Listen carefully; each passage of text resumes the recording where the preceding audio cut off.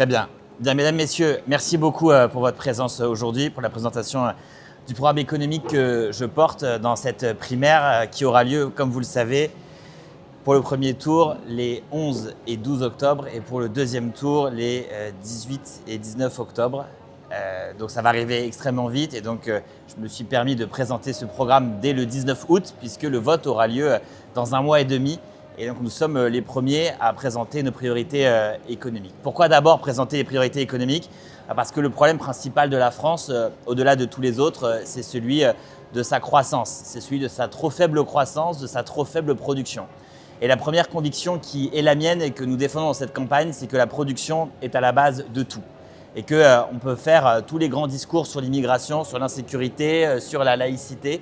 Rien de cela ne permettra de régler le problème substantiel qui se pose aujourd'hui aux Françaises et aux Français, celui d'un pays qui n'a produit pas suffisamment de richesses, d'un pays qui, dans la course mondiale, est aujourd'hui à la traîne, et en témoignent les taux d'intérêt que nous avons aujourd'hui sur le financement de notre dette, des taux historiquement élevés.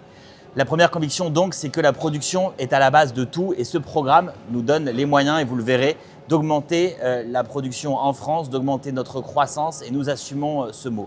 La deuxième conviction qui anime notre programme, c'est celle que les travailleurs sont aujourd'hui écrasés parce qu'ils contribuent à eux seuls au financement de l'ensemble de la protection sociale. 27 millions de salariés financent à eux seuls la protection sociale de 70 millions de Français.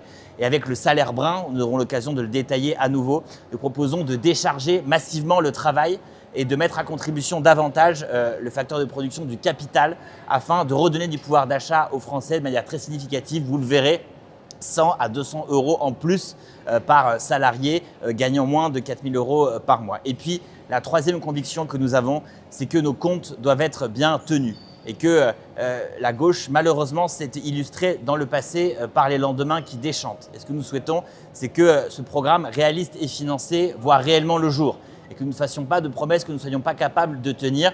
Nous expliquerons donc le programme d'économie aussi que nous proposerons, comment tenir nos comptes et comment mettre en place davantage de justice fiscale. Je vais le faire moi-même, ça. Voilà, super. J'arrive.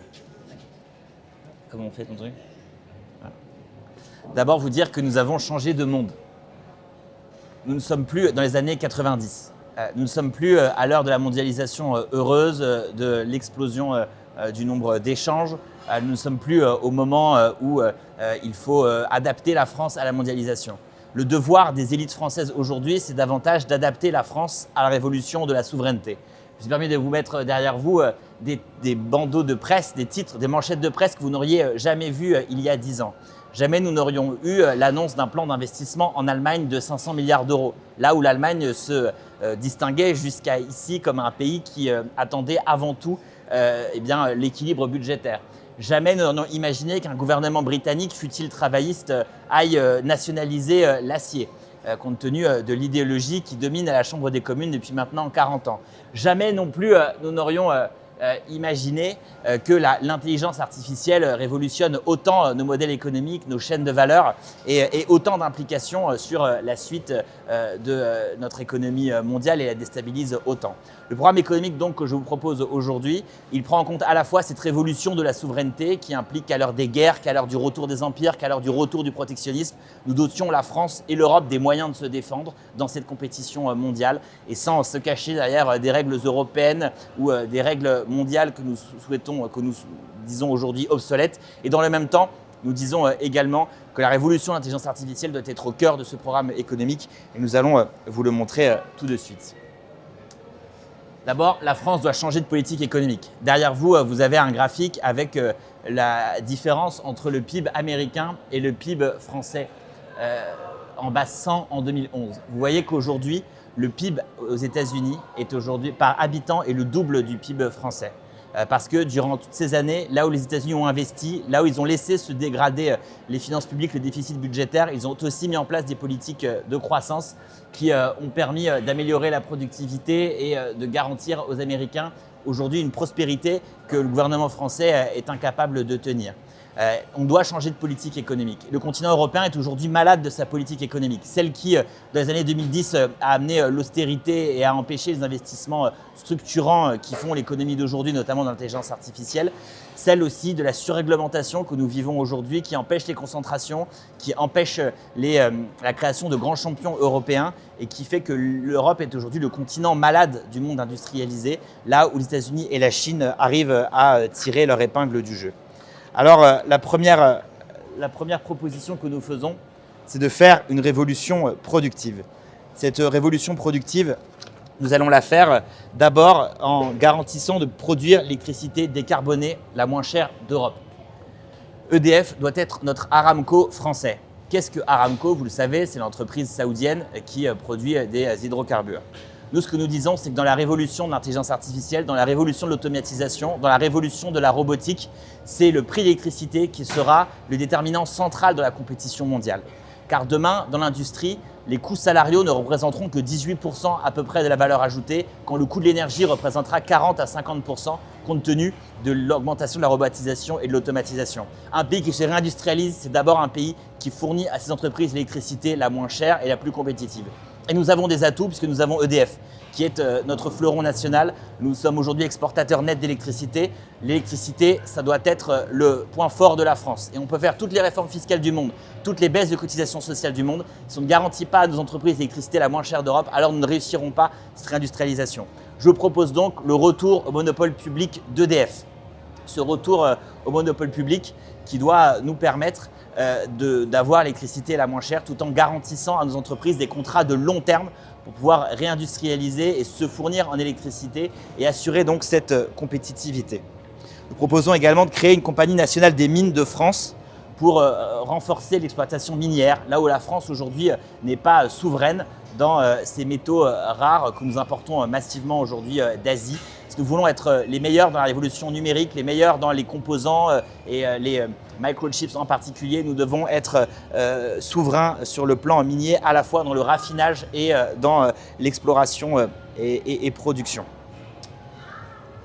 Ensuite, nous proposons un plan massif pour gagner la course de l'intelligence artificielle. L'Europe a pris beaucoup de retard et les exemples montrent que les États-Unis peuvent nous couper à tout moment, ce qui s'est passé avec Claude récemment, l'accès à ces modèles. Et l'Europe aujourd'hui ne dispose pas d'un modèle à la frontière qui soit un modèle natif et propre. Nous proposons donc que nous avons repris des propositions faites par un groupe de chercheurs qui s'appelle le plan Prométhée et nous proposons un investissement massif à hauteur de 1,5% du PIB pour investir dans l'intelligence artificielle et créer un laboratoire de 1700 chercheurs qui nous permettent de développer notre propre modèle d'intelligence artificielle souverain et qui puisse nous permettre d'exister dans la compétition mondiale sur le modèle de ce que nous avons réussi à faire avec le général de Gaulle quand la France a décidé de développer son propre modèle d'armes atomiques, là où justement à l'époque le débat l'incitait plutôt à reprendre un modèle américain. On propose également un nouveau pacte agricole avec une loi de souveraineté agricole qui interdise l'importation de produits étrangers qui ne sont pas conformes aux normes européennes. Aujourd'hui, 25% des produits étrangers que nous importons ne sont pas conformes à ces normes européennes. Et ces produits-là, aujourd'hui, malheureusement, ils sont sur nos étals, tandis que nous interdisons à nos agriculteurs la production avec des pesticides aujourd'hui interdits. On importe aujourd'hui massivement du maïs rempli d'atrazine, produit au Canada et qui est pourtant interdit sur le continent européen. Nous proposons donc cette loi de souveraineté agricole qui développe également l'achat public, qui augmente aussi en circuit court la place du bio, car aujourd'hui le bio est beaucoup moins cher quand il est en circuit court que quand il est distribué par les grandes surfaces, et une nouvelle loi Egalim également pour renforcer cette souveraineté agricole.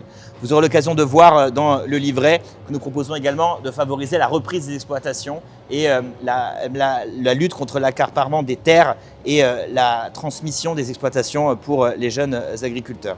Et puis enfin, nous proposons d'instaurer un protectionnisme agricole et industriel au sein de l'Union européenne, de sortir de l'innocence dans laquelle nous sommes aujourd'hui, où nous sommes un peu les idiots utiles du village global et nous imposons à nous-mêmes des règles que nous n'imposons à personne d'autre. Et donc nous protégerons nos secteurs stratégiques en utilisant tous les leviers favorables au Made in France, notamment la commande publique La commande publique des biens manufacturés, aujourd'hui c'est 40% de notre commande publique. Si nous la montons à 60% comme le font l'Allemagne et l'Italie, alors nous donnerons à notre industrie 15 milliards de commandes supplémentaires. Et c'est ce que nous proposons avec ce protectionnisme agricole et industriel. Et cela sans exclure de déroger aux règles européennes qui sont néfastes pour notre économie. Nous pensons qu'il doit y avoir un droit d'y déroger lorsqu'il s'agit de défendre des valeurs supérieures, que ce soit sociales, écologiques, industrielles, environnementales, que nous puissions aussi faire turbuler ces règles qui aujourd'hui asphyxient notre économie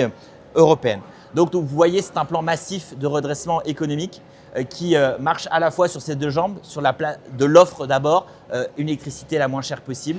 Nous proposons également la suppression d'un impôt de production. Alors ça peut vous étonner que des socialistes proposent de supprimer un impôt de production. Je propose de supprimer la C3S, qui est aujourd'hui un impôt de production qui touche toutes les entreprises qui font plus de 19 millions d'euros de chiffre d'affaires. Et même quand elles n'ont aucune rentabilité, ces entreprises doivent le payer. Et on propose de le faire à coût constant, en le compensant par la lutte contre des niches fiscales inefficaces, contre la réduction d'un certain nombre d'aides aux entreprises et en supprimant également la niche Copé. Voilà, on est dans une priorité productive, électricité la moins chère d'Europe, investissement massif dans l'intelligence artificielle, suppression de cet impôt de production, la C3S pour attirer un maximum d'industries et d'entreprises sur notre pays. Notre objectif, c'est de créer 5 usines de plus par département sur le mandat. Et donc de redevenir souverain dans l'ensemble des filières critiques sur lesquelles nous ne sommes pas aujourd'hui, que ce soit les médicaments, que ce soit les productions critiques, et on le voit avec la crise que nous vivons aujourd'hui. Il est clair que sans cette mobilisation massive pour l'industrie, nous serons demain inondés de voitures chinoises, inondés de produits manufacturés que nous avons pourtant l'habitude de produire aujourd'hui sur le continent européen. Donc à la fois une politique d'attractivité et une politique de protection avec ce protectionnisme agricole et industriel que nous proposons. Donc un redressement économique fort que nous souhaitons au service d'une politique de pouvoir d'achat ambitieuse.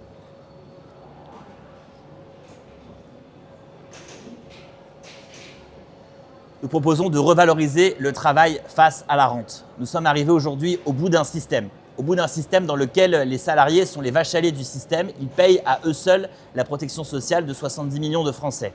Dans un pays qui vieillit, où on aura bientôt 30% de retraités, on ne peut pas accepter que les salariés payent seuls la protection sociale de tout le monde en étant surtaxés.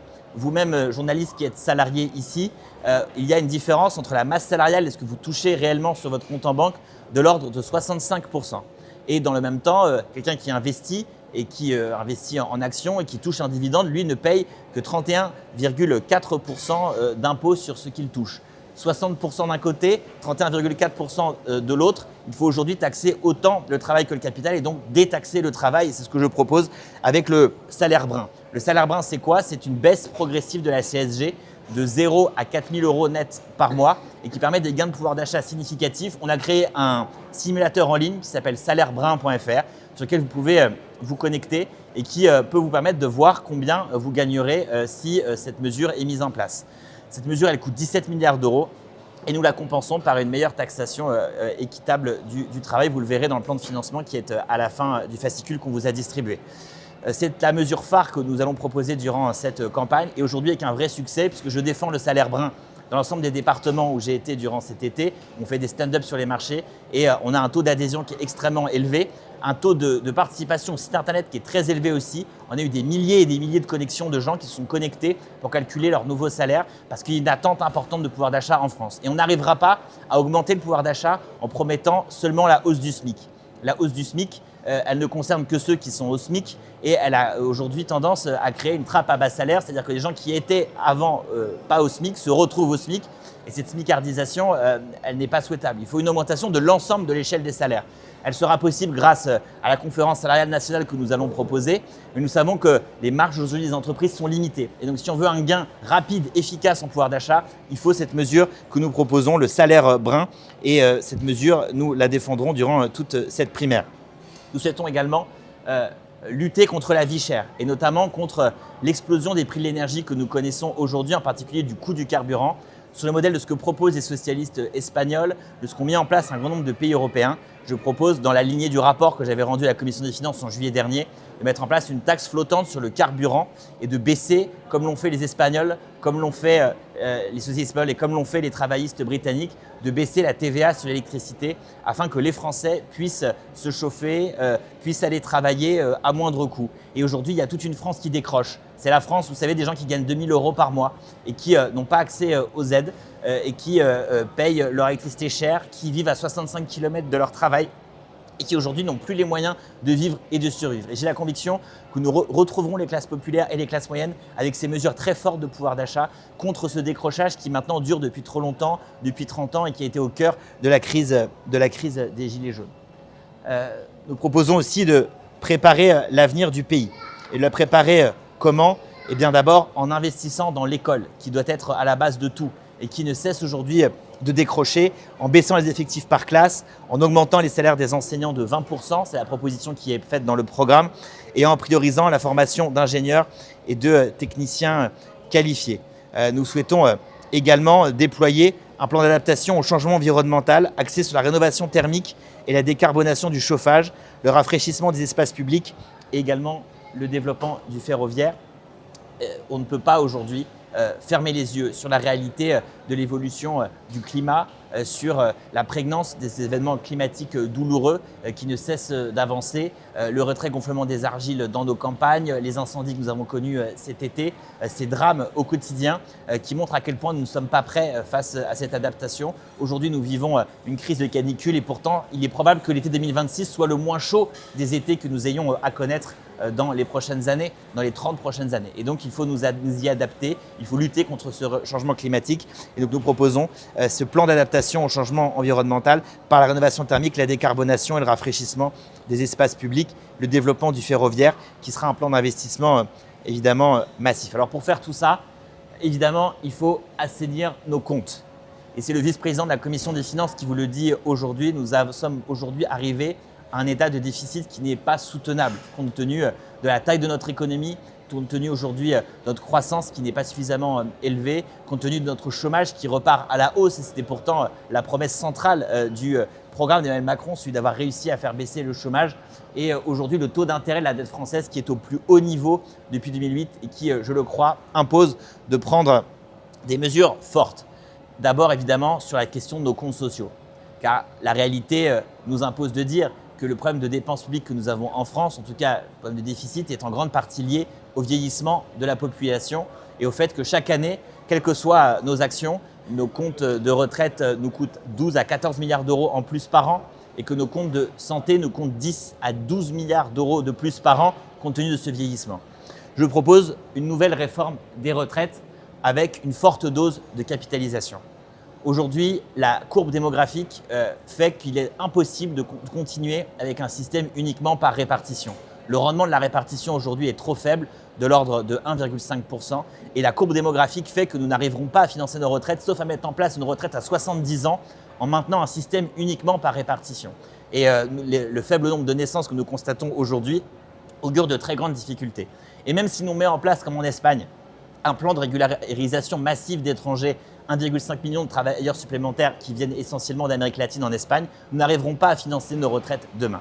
Il faut donc une dose plus forte de capitalisation dans le système. Alors, qu'on s'entende bien, il y aura deux types de capitalisation dans cette campagne. Il y aura celle proposée par Édouard Philippe et Marine Le Pen, eux qui proposent un système par répartition au rabais et une capitalisation individuelle où vous allez payer AXA ou n'importe quel fonds de pension pour votre retraite et vous faites votre pécule vous-même. Et puis il y a la capitalisation collective, souveraine et publique que je propose, qui est une mise en réserve plus importante du fonds de réserve des retraites, qui avait été créé par Lionel Jospin, Premier ministre socialiste en 1999. Quel était l'objectif ? Eh bien, c'était de mettre en réserve sur un fonds qui rapporte un peu plus de 4% par an nos cotisations de retraite. Et ce fonds-là, ensuite, est décaissé pour régler les questions de courbe démographique que nous connaissons aujourd'hui. Avec Jean-Hervé Lorenzi, nous avons imaginé ensemble un modèle, le président des cercles économistes, où on affecterait 15 milliards d'euros par an à ce nouveau fonds de pension qui serait géré par les syndicats, qui serait géré de manière complètement indépendante du politique. Et ces 15 milliards d'euros par an nous permettraient de ne pas avoir à faire de nouvelles réformes des retraites d'ici 2050 et de ne pas avoir à baisser les pensions, comme c'est malheureusement ce qui risque de se produire si nous ne faisons rien ou si nous gardons ce système uniquement par répartition compte tenu de déséquilibres démographiques. Donc un fonds de pension public, souverain, géré par les syndicats, le politique ne pourra pas faire comme l'a fait Nicolas Sarkozy en 2010 lorsqu'il a siphonné le fonds de réserve des retraites pour régler la question du déficit. Là, cette fois-ci, ce seront les syndicats qui en auront la gestion. Et ce sera une bonne nouvelle pour l'économie française, car la France est un pays aujourd'hui avec une économie capitaliste mais sans capital et qui manque aujourd'hui de fonds de pension pour investir. On fait racheter nos entreprises par des fonds américains. Je préfère demain que les entreprises françaises soient rachetées par ce fonds souverain géré par nos syndicats français qui aille au service de notre compétitivité. Demain, ce fonds pourra investir dans l'intelligence artificielle. Demain, ce fonds pourra investir dans les infrastructures ferroviaires. Demain, ce fonds pourra investir dans nos réseaux d'eau qui fuient aujourd'hui 70% seulement de rendement des réseaux d'eau en France. Demain, ce fonds pourra nous permettre d'éviter le départ de nos fleurons comme Alstom vendu à General Electric, comme Technip vendu à FMC Technologies. Nous aurons donc là un outil pour peser dans la bataille économique et ce n'est pas le capitalisme au cœur de nos retraites, au contraire, c'est investir pour l'avenir et le faire de manière prudente, de manière collective, pas de la capitalisation individuelle par des fonds vautours, mais bien un fonds souverain et public qui investira dans notre économie. Nous proposerons également une fiscalité plus juste en remplaçant les impôts actuels sur le foncier et l'immobilier par une contribution progressive sur les grands patrimoines immobiliers, en rendant plus justes les impôts sur les successions, en supprimant les principales exonérations et en assignant les droits sur la somme des transmissions reçues tout au long de la vie. Nous allons être aujourd'hui dans un système de grande transmission, vous le savez, compte tenu de la courbe démographique, sans même changer les taux. Les droits sur l'héritage vont nous rapporter 7 milliards d'euros en plus par an parce qu'il va y avoir de nombreux décès dans les années qui viennent et donc de nombreuses transmissions de patrimoine. C'est 1000 milliards de patrimoine qui seront désormais échangés chaque année au lieu de 400 milliards aujourd'hui, devront être mis à contribution au redressement de nos comptes. Nous proposons également de rétablir l'impôt sur la fortune, sur les biens non professionnels et nous proposons de taxer aussi les biens professionnels mais à un taux extrêmement faible de 0,3%. Au-delà d'un seuil élevé, cela aussi pour tenir compte des limites constitutionnelles de la taxe Zuckman qui risque aujourd'hui de ne pas être constitutionnelle. Et moi, je préfère ne pas m'engager sur un impôt qui serait demain censuré par le Conseil constitutionnel comme cela s'est produit sur la taxe, vous savez, à 75% qu'avait promise François Hollande en 2012. Et puis nous proposerons, vous le verrez dans le fascicule, un plan de lutte contre la bureaucratie et nous proposons supprimer les normes inefficaces au bout de 3 ans avec une clause de revoyure systématique.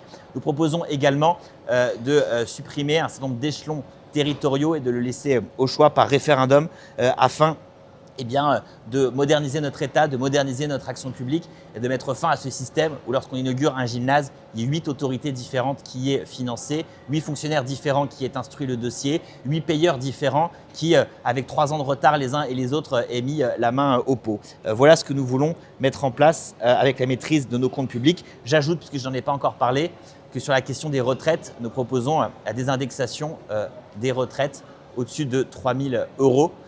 Uniquement pour 1 an au début, donc au début du mandat, dans l'attente de la mise en place de la nouvelle réforme des retraites que nous souhaitons.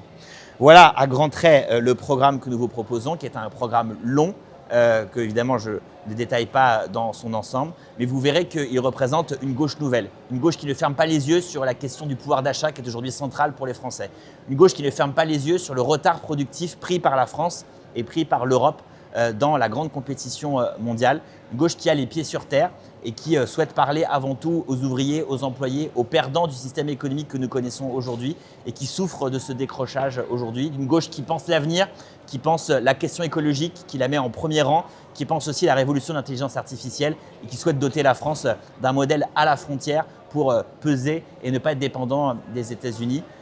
Nous sommes finalement aujourd'hui dans cette campagne, les seuls à faire ces propositions nouvelles. Elles ne sont pas dans le programme du Parti socialiste, elles ne sont pas dans le programme du NFP.